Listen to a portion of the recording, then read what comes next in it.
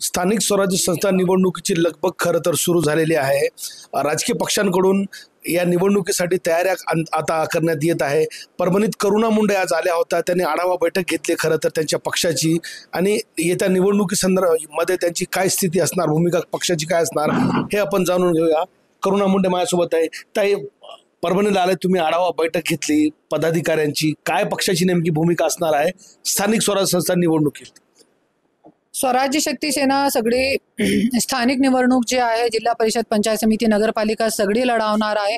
महाराष्ट्रामध्ये आपण बघू शकता की आज 8 पक्ष असताना महिलांना, गोरगरीब लोकांना, शेतकरी लोकांना, आपले विद्यार्थी लोकांना कुठेही न्याय भेटत नाही. आणि आज फक्त खेळी चालू आहे. एकच घरामध्ये 2-2 पक्ष आहे. एक भाऊ जरी राष्ट्रवादीमध्ये आहे तो बहीण बीजेपीमध्ये, नवरा जरी बीजेपीमध्ये आहे तो बायको राष्ट्रवादीमध्ये. आणि तुमची सत्ता आली तर तुम्ही आमची झाकून ठेवा, आमची सत्ता आली तर आम्ही तुमची झाकून ठेवू, असे झाकाझाकीच्या जे खेळ चालू आहे. आणि याच्यामध्ये लोकांचे विकासाचे मुद्दे थकलेले आहे. आणि आज जे मराठवाड्याची आणि महाराष्ट्राची जी स्थिती आहे, आज 80 वर्ष मागेची आहे. 70-80 वर्ष मागेची स्थिती आहे.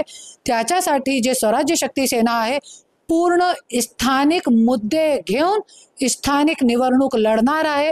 याच्यामध्ये आमचे जे मुद्दे आहे, रोटी, कपडा और मकान, लाईट, रस्ते, बिजली, पाणी, शेतकरी सशक्त कशा जायला पाहिजे, एक विद्यार्थीला कसे न्याय मिळाला पाहिजे, विद्यार्थीसाठी, चांगले विद्यार्थीसाठी कसं फ्री शिक्षण झाला पाहिजे, हे सगळे आमचे मुद्दे असणार. तुम्ही म्हणले कोणालाही मतदान केलं तर हेच लोक जिंकणार, म्हणजे काय नेमकं तुम्हाला म्हणायचं होतं? पत्रकार परिषद तुम्ही तसं म्हटलं.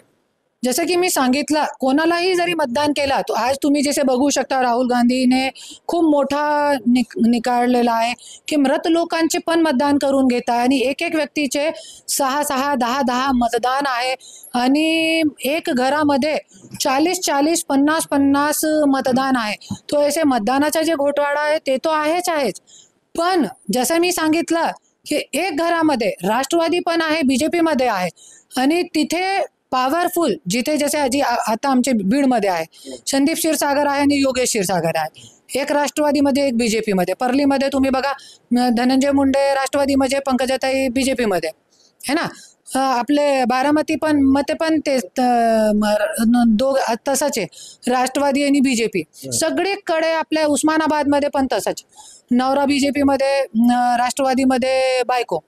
तो पूर्ण महाराष्ट्रामध्ये अशी खेळी मांडलेली आहे की कोणी जरी मतदान दिला तो जिंकणं हे भ्रष्टाचारी लोकच. तू कुठे जाणार लोक? त्याच्यासाठी मी मतदाता राजाला पण विनंती करते, स्वराज्य शक्ती सेनाला उमेदवाराला निवडून द्या. 100% मी शपथ खाऊन सांगते की तुम्हाला निराश होऊ देणार नाही. आणि जसे आज आपले महाराष्ट्राची 80 वर्ष मागेची स्थिती आहे, फक्त 5 वर्षामध्ये तुम्हाला इतका चांगला करून दाखवू मी की सगळे लोक असे सांगणार की नाही, काहीतरी बदलाव झालेला. स्थानिक स्वराज्य संस्था निवडणूक करुणा मुंडे लढवणार नाही तुम्ही स्पष्ट केलंय. मात्र पदवीधर निवडणूक तुम्ही लढण्याचं जाहीर केलंय ना, नेमकं कुठून लढणार आहात पदवीधर निवडणूक? आता 1 वर्ष आहे त्याच्यासाठी, आपण त्या गोष्टीवरती नंतर बोलू.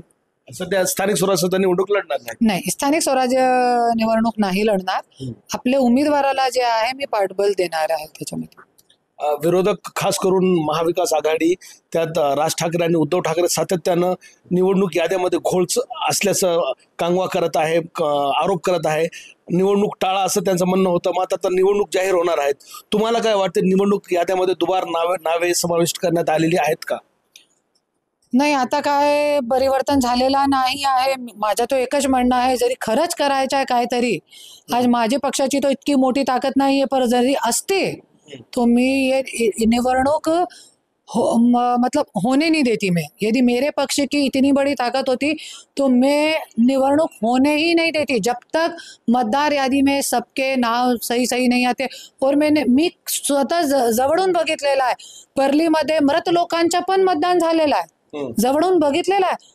कशाला मतदान करायचं आहे, कशाला निवडणूक घ्यायचं आहे? आता जरी जोपर्यंत मतदार यादी सुधारत नाही तोपर्यंत ये निवडणूक मतलब घेऊ नये, असं माझं म्हणणं आहे. तुम्ही म्हणले का एका मोठ्या पक्षासोबत किंवा राष्ट्रीय पक्षासोबत तुमच्या पक्षाची बोलणी सुरू आहे, नेमकं कुठल्या पक्षासोबत युती करणार आहात तुम्ही स्थानिक स्वराज्य संस्था निवडणुकीत येणाऱ्या दिवसात? हे राज मी आता खोलू शकत नाही. जरी आमची जे सीटांचा जे बंटवारा आहे ते आमचा जरी पूर्ण झाला आमच्या अनुषंगाने, तो आम्ही युती करू, नाही तो आम्ही एकटे लढणार. राज्यामध्ये सध्या गाजत असलेला डॉक्टर संपदा मुंडे चा आत्महत्या प्रकरण जो आहे, कसं पाहता तुम्ही त्यांच्याकडं? सरकार प्रामाणिक तपास करते का त्या प्रकरणात? नाही, प्रामाणिक तपास होत नाही. खूप लोक जे काय नाव आहे त्यांच्या, ते खासदारचा निंबाळकर जे आहे त्यांच्या विरोधात खूप लोक येऊन बोलताय. आणि मी एक और बोलते सरकारला, असे भंगार लोकांना तुम्ही पोलीस प्रोटेक्शन दिलेलं आहे. जे महिलांनी त्यांच्या विरोधात येऊन स्टेटमेंट दिलेलं आहे त्यांना तुम्ही अगोदर पोलीस प्रोटेक्शन द्या, ज्यांनी करता ते पुढे जातील, नाही तो त्यांच्या पण कुठेतरी मर्डर होतात आणि ते लोक गप्प बसतात. तो त्याच्यासाठी आज सखोल चौकशी व्हायला पाहिजे, और तार खुलतील त्याच्यामध्ये. सरकार संवेदनशील आहे का? एकूणच law and order Devendra Fadnavis कसं हाताळतात गृह मंत्रालयात तुम्हाला वाटतंय? आता मी काय सांगू शकत नाही. जसे की मी सांगितलेलं आहे, आमची आली तो तुम्ही झाकून ठेवा, तुमची आली तो आम्ही झाकून ठेवू, असं झाकाझाकीचा प्रोग्राम चालू आहे आणि लोकांना न्याय भेटत नाही. जरी लोकांना न्याय भेटत होता तो आज जे आहे, मी इकडे आली नसती, मी इथे नाही असती, मी आपले मुलाबाळाकडे मुंबईमध्ये असती. आज लोकांना न्याय भेटत नाही त्याच्यासाठी मी इकडे आहे ना. पक्ष काढावा लागला मुंडे घराण्याची सूनला. आज आमच्या घरामध्ये एक दिवसामध्ये 2-2 लोकांनी, भाऊ बहिणी मंत्रिपद ची शपथ घेतली, इतिहासामध्ये पहिल्यांदा झालेला.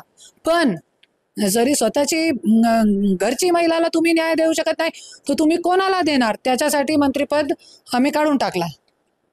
तर पुढचा संघर्ष कसा असणार आहे? असे जसे आता तो एक मंत्रीच्या मंत्रिपद काढून टाकलेला आहे, पण जरी स्वराज्य शक्ती सेनाची ताकद वाढली तो 100% धनंजय मुंडे सारखे काही मंत्रिपद मी काढून टाकणार, जरी माझ्या पक्षाची ताकद लोकांनी वाढून दिली तर.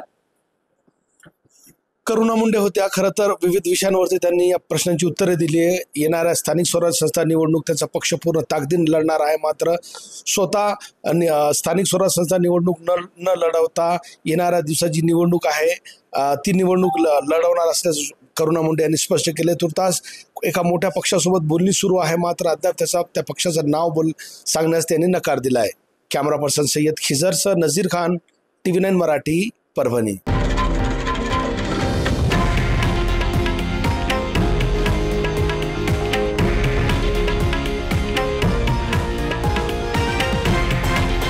हे आहे देशातील नंबर 1 न्यूज नेटवर्क आणि आपण पाहत आहात TV9 मराठी, एकमेव.